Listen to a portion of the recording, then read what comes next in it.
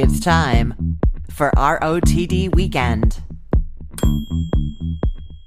Today is Canadian Thanksgiving, so happy Thanksgiving. If you are celebrating, you know I live in the United States, but I do get a little bit festive for the Canadian holiday because I am originally Canadian. Now, I was originally going to talk more about my turkey brine challenge for you today, and then something happened that made me actually do the challenge myself. And so now I'm going to tell you how the challenge went for me instead. So what happened was Marty was stopping at the grocery store the other day and asked if I needed anything. And I told him to get me a big pack of boneless, skinless chicken breasts because I wanted to cook them up and have them in the freezer for myself because I've been trying to get a little bit more protein into my life and being able to just have some extra, white meat chicken breast on hand cooked to throw into things is really, really helpful. So that's what I asked for him to get for me. And then he got home and I put them into the fridge that I have in my garage. And then I forgot about them for a couple of days. Then today I was in the garage seeing what we have and spotted them there, and I was like, oh my goodness, I have this whole big flat of chicken breasts that weren't meal planned for. I was planning to cook them up. Now I need to do it now. And then I remembered the turkey brine challenge. So for the challenge, what we're doing is if you are not making a turkey this weekend for Canadian Thanksgiving, but are thinking ahead to American Thanksgiving in November, you're going to try the delicious, amazing turkey brine recipe from my website on some chicken breasts now to see if you want to use that recipe for your Thanksgiving turkey in November.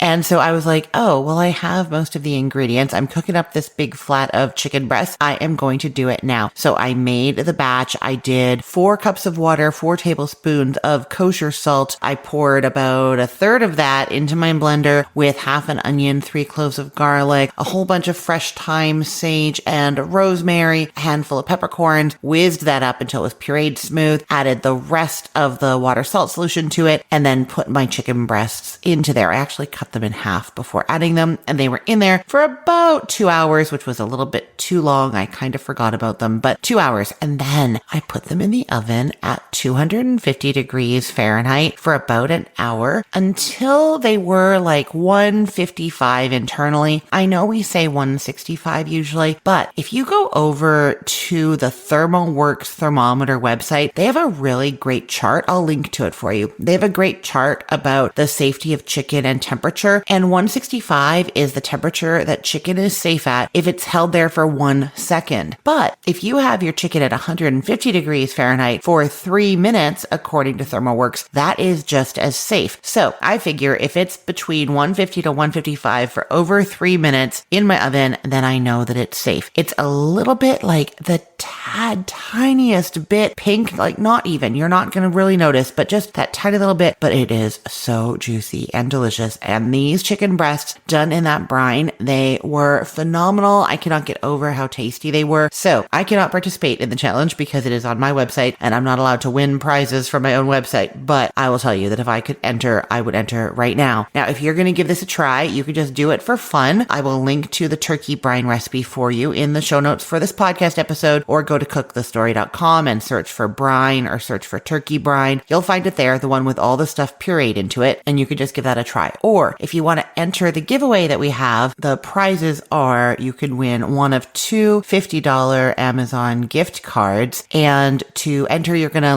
leave a comment on the blog post. There's instructions. I will tell you where to go for those. But basically the idea is you test drive out this brine and then let me know what you think. And that is how you are entering. So all of the details for the giveaway are at cookthestory.com/challenge. And you will see that there. And if for some reason you don't want to do the turkey brine, there's an alternate vegetarian recipe for air fryer crispy balsamic Brussels sprouts that you can do instead. But yeah, I ended up not planning to do the challenge because I already knew that this brine was delicious. But suddenly I was like, oh, I'll give it a try on some chicken breasts. I don't know if I've ever done that before. I think maybe I have. I'm not sure. So good. And then that really low, slow cooking. Oh, it's amazing. You are going to love that. Now, the other thing that you are going to love today today is my wonderful, beautiful conversation with the wonderful, beautiful Padma Kumar from mygoodfoodworld.com. Now, this is a brand new conversation, but you would not be incorrect if you were thinking, she just talked to Padma recently. Totally correct. What happened was I was talking with Padma not that long ago, maybe 3 months ago, and we got talking about ghee, and I admitted to her that I'd never had success making homemade ghee. That's the Indian clarified butter. And she was like, no, you need to know how to make it. And so I invited her to come back on just to tell me how to make her homemade ghee. And this is just such a lovely, wonderful conversation. Of course it is. It is all about ghee and making it at home. No surprise recipe here, just ghee. I'm telling you up front, but definitely you need to listen. It is really, really remarkable. I have made this since this conversation, and I am going to be doing this myself probably on a monthly basis now because it really just is that good. I am excited for you to listen to this, my conversation with the delightful Padma Kumar from mygoodfoodworld.com. Let's listen.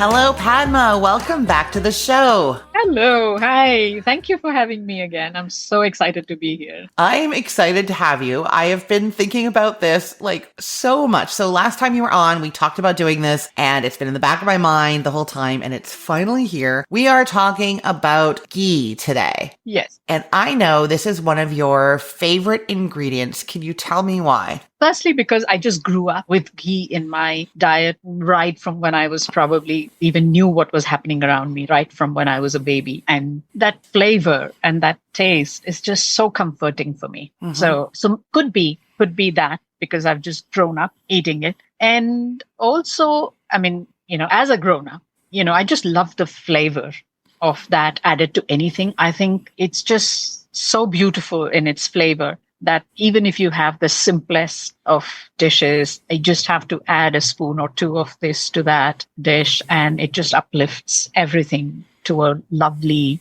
buttery, caramelly, creamy flavor and texture, which is just so delicious. So yeah, it is one of my favorite ingredients. I love that. And I just realized that I should have first asked you what it is in case anybody doesn't know, because somebody might not know. So that should have been my first question. But okay, now we know why you love it and tell us what it is exactly. So ghee is also known as clarified butter, but it is different from clarified butter, to be honest, because it goes a couple of steps further than clarified butter. Although it is, easy to say, it's like, okay, clarified butter. But ghee is basically butter out of which all the milk solids have been removed. Okay. So it's just pure fat, So so all of the milk fats, come out of it, are strained out of it. And what remains is this beautiful, caramelly, lovely fat, which is great for cooking, for deep frying, sauteing, or just finishing off dishes on the top. It can, of course, withstand a lot of, high heat cooking. So therefore, it's a great fat to do pretty much any kind of cooking in. So that's ghee. So the reason that it can withstand higher heats than butter is because it's usually the milk fats that would burn. Is that right? Yes. And this is just like everything removed. So it's just pure fat. So it can withstand, high heats and heavy cooking. You were talking about the flavor of it, and I'm going to tell you, so I, of course, did not grow up in India or in an Indian household and don't think of myself as having had ghee. But when you said clarified butter, it made me realize this thing. So my experience with clarified butter was only ever at a seafood restaurant dipping lobster into the warm clarified butter, with a candle under it. And to this day, when I taste ghee or clarified butter, I think of this luxurious, amazing seafood thing. And I know it doesn't taste like seafood. It tastes nothing like it, but there's just this super clear association in my mind. So you have these warm childhood memories from home and I have these warm, family special occasion memories with it. Isn't that cool? How lovely. Yeah. I think that's what food brings to us, isn't it? It's just a collection of lovely memories, and especially food that you love. So yeah, that's the best part. So you said ghee and clarified butter aren't exactly the same thing. And I know you're going to be, I'll just tell everybody who's listening. Normally we have a surprise recipe, but Padma today is actually telling us how to make ghee. So that will be the surprise. So I don't want to step on like that too much, but how is it different from clarified butter? I mean, this is based on, of course, whatever I have read about clarified butter. I mean, I may be wrong. Correct me if I'm wrong. But clarified butter is just butter that is clarified so that you can see the fat and the milk solid separation. But I'm not sure if what I have read about making ghee or what I have been making ghee all the years is that ghee is a couple of steps ahead. It goes beyond clarified butter.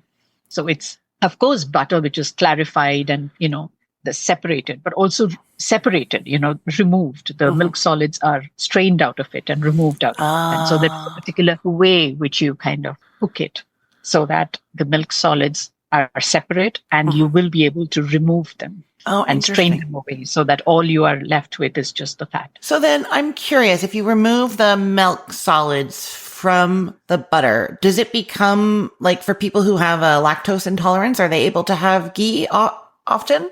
Yes, if it is made the right way. Okay. If it is made the right way and if all of the milk solids have been removed, then yes, ghee is lactose free.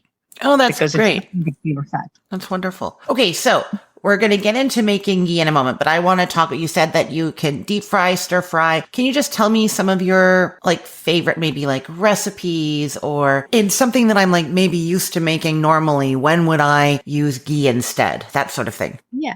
I mean, last time when I was on your show, we talked about mung bean soup that we spoke about. And that soup, I make it in ghee. So I basically fry my spices in ghee and then I make the soup and then drizzle some more on top just before I'm ready to eat it. So that's when you could add it. You could replace ghee, with any of the other cooking fats that you can add ghee instead of any of the cooking fats that you're using. I mean, if you like the flavor and all of that, or you can actually top it, cook any dish with ghee. And my daughter's favorite is to make roast potatoes with ghee.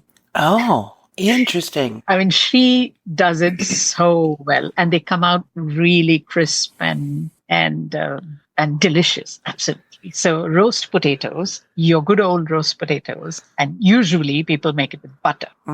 We at home make it with ghee. And that's amazing. Oh, interesting. Okay, now I'm going to say, because I know that you are in England, and I have a little bit of knowledge about this. In North America, often when we're making roast potatoes, we toss the potatoes with oil and put them into the oven. Do you parboil yours first? Or does your daughter? Yes. Parboil, toss it in ghee, and put it in the oven. And is the ghee heated first, or the ghee can be No. Yeah, you can just toss it as it is, and then it'll do its job in the oven. I will say, if you've never had roasted potatoes that are parboiled first, you have to try it. They end up so much fluffier on the inside. It's almost a completely different dish than the roasted potatoes that we usually get here. Okay. And then the ghee, that sounds amazing. Yes, that's the revelation. You have to try that. You must try that. And I'm betting that they can get hotter on the outside, right? Because if it was butter, they'd almost burn if you put them too high temperature, maybe?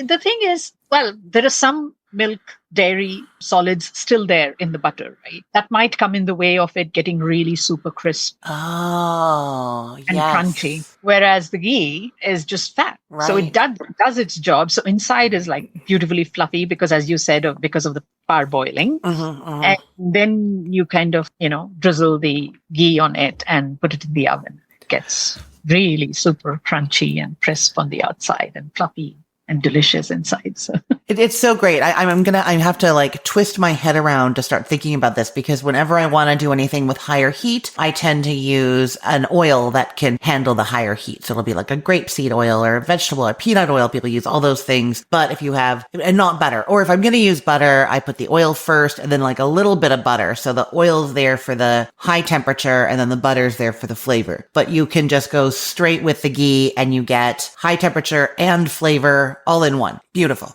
Okay. Yeah.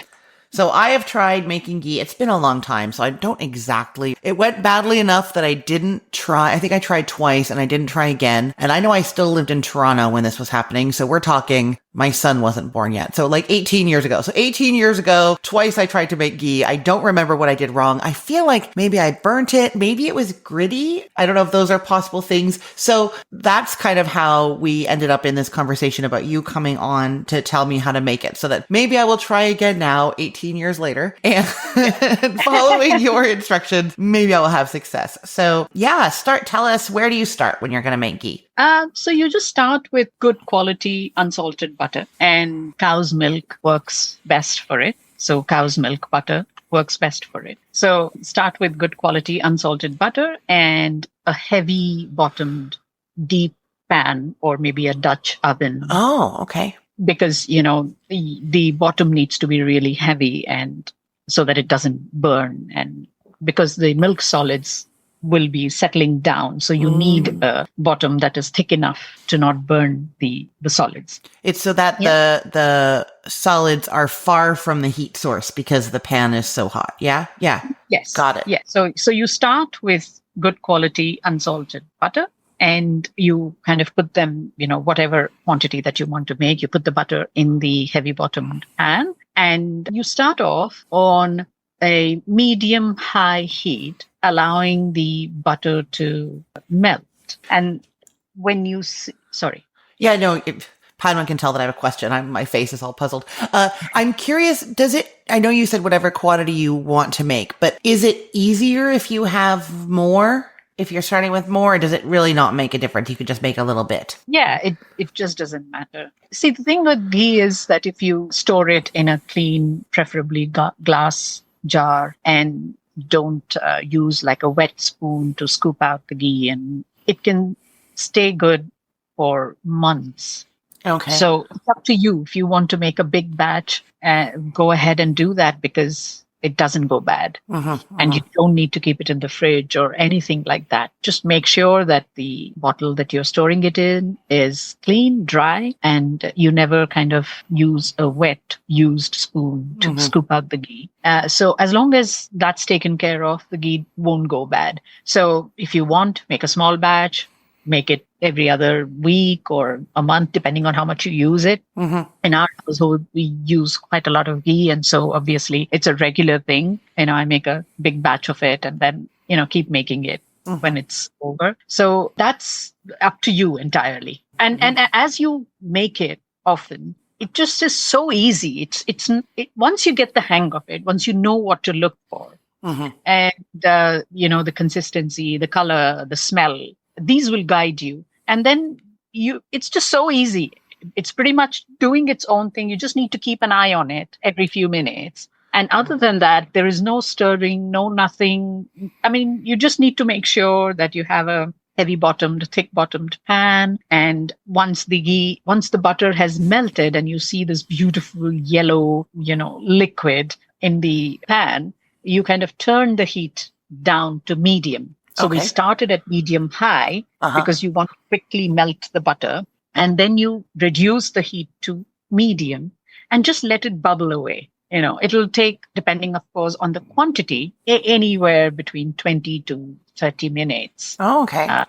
To like slowly, gently bubble away. Every 4 to 5 minutes, just keep an eye on it. And towards the end, as it is getting done, more supervision is required because it can quickly go from being done to being overdone. But until that time, so when you still see it all bubbling away and it'll foam and froth, and that's all fine. There's no need to stir or anything. No just stirring. sleep, because the whole idea is that you will let the solids separate from the fat. So the less you stir it, the faster that process, because every time you stir it, you're just mixing it all up again together, and then it'll take time for it to settle down. So I'm trying to think back all those 18 years, and I'm pretty sure there was a whole lot of swirling and stirring. So I was doing the opposite of correct. Okay. Don't touch it. Leave it alone. yes, just leave it alone. As long as as I said, you've chosen the right kind of a pot to make it in, and the heat is just set right. And it should just be gently, when you're a few steps away from the pot, you should just hear that gentle bubbling Oh, in the pot. That's a good sign that it's doing its thing in the pot. And beautiful. the time as it keeps boiling, you will see that the frothing and the foaming will reduce, which means that the milk solids are going further down Mm. towards the bottom of the pan. Oh, interesting. And the top, you will start seeing it clearing. Oh. And once you see that, all that furious foaming and all of that has reduced, then you can gently put a spatula inside to just check if the milk solids have kind of become crumbly. They should become crumbly and golden in color. If they're still pale yellowish or whitish, which means they need to cook a bit more. And once it's all like clear, the top is all clear, you will see when you put the ladle in that, the milk solids are almost like they look like breadcrumbs. But they've all settled at the bottom and they're not floating on the top. They're all just settled, clumped together, and they settle at the bottom of the pan. And golden, you're saying they should be a golden color. I want to try it, but not yellow. So like breadcrumbs made from like a crust of bread, not from the inside white bread, kind of there. Yes, that's right. Okay. That's exactly how the color and almost the feel of it would be. And the ghee on the top would have this beautiful golden honey color. It almost look like that golden honey, runny honey kind of texture and color. And that smell will be amazing. You will know by the time you've made it, the second or third time, you will be able to tell by the smell that it is done. Nice. So that's the time when you should take it off the heat, because as I said earlier, that is the time when you need to really keep a close eye on it. Pretty much every minute, you need to just be standing over it and checking it to get it to that right color. Because once you remove the pan from the heat, it'll still be cooking for a few more minutes, because remember, we are using a thick bottomed pan. So it will cook for a couple of more minutes. So which means that the color will mature a bit more and the flavor will intensify a bit more. So you need to take it away and let it do its own thing and cool in the pan. Do not try to decant it while it is still hot, because it can be really, really dangerous when you do that, because it's very hot, very, very hot. So just leave it. Just let it sit for a few hours and let it cool down. So my question, I'd be worried I'm thinking about if I'm like toasting sesame seeds or something and I take them off the heat, they can actually go from perfect to burnt off the heat quickly. Like yes. I transfer them right away into a bowl or something. So now I'm wondering, with that heavy bottomed pan, if like the first time that I'm doing this, I should err on the side of taking it off the heat a tiny bit earlier than maybe I should, in case it overcooks? Or is the risk of it overcooking off the heat not that great?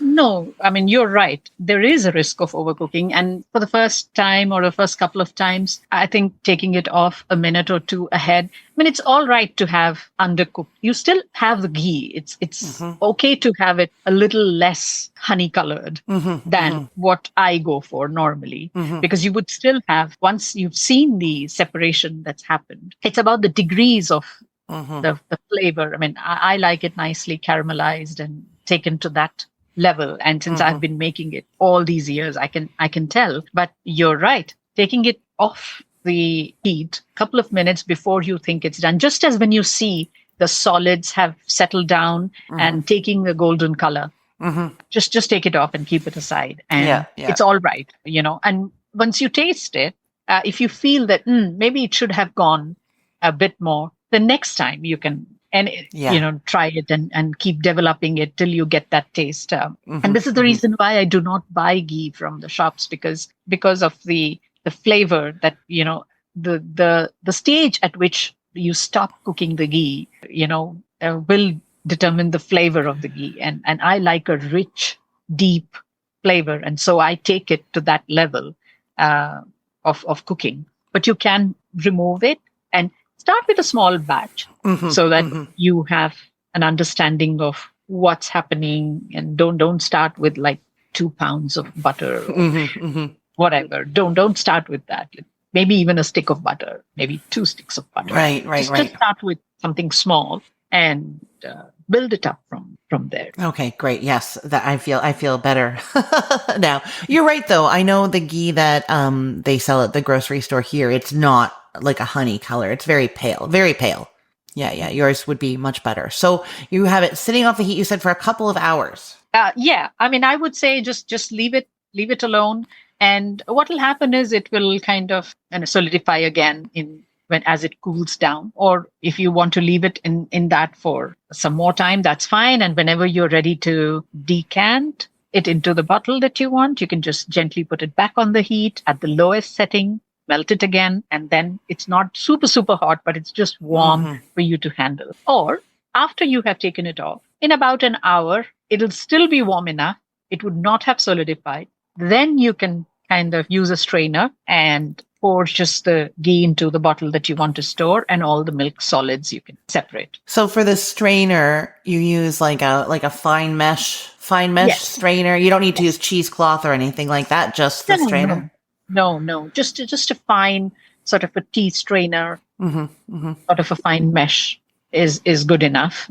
You don't really need to go through this whole process of cheesecloth, because then that becomes so difficult to clean because it's just fat. But the strainer is just easily washed. So just use a strainer and just strain it off, and there you have your lovely ghee is ready. And there, I'm guessing the answer is no, but there's no use for those milk solids, right? Those just get thrown out. Those don't need to get thrown out if you are okay with milk solids. So in our household, we don't throw it.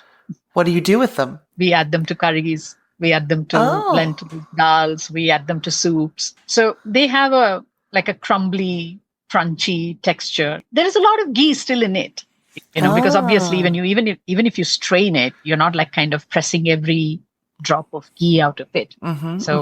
I use those too when I'm making bread or even, as I said, roast potatoes. So I just put that back in the potatoes, and it just gets crunchier and more delicious. Because obviously it's already crumbly, so we don't need to throw it off, because it's not any scum or anything. It's not like something that needs to be discarded. But if you can't handle the lactose part of it, that's the lactose part of it. And obviously it's best for you to just discard it. But if you have no such issues, then quite happily just throw it in your roast vegetables, roast potatoes, your soups, stews, whatever you're making. It's just going to make it that much more delicious. And it stays crunchy even if it's been like moistened in soup or something? It's going to retain that crunch? No, of course not. It's just going to meld into the thing. You would not be able to tell. Other than the flavor, you won't be able to tell that there's that milk solids. Okay. Interesting. Physically, you won't be able to feel it, but then the flavor will be amazing. Oh, I love that. That's fascinating. I had no idea. Okay, and so then you're storing it in a clean jar forever? For as long as you want to consume it.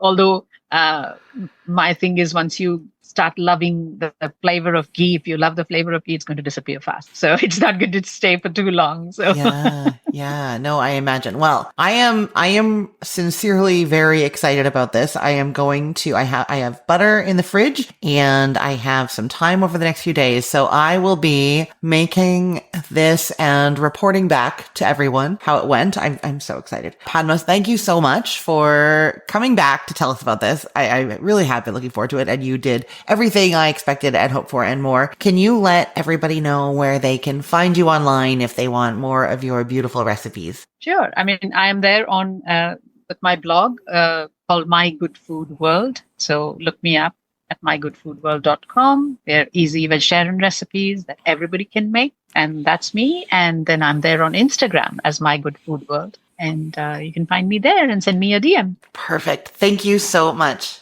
Oh, thank you. Thank you for, bringing me on again and letting me speak about my favorite ingredient. I mean, I'm so thankful to you for that. Oh, you're welcome. That was really beautiful.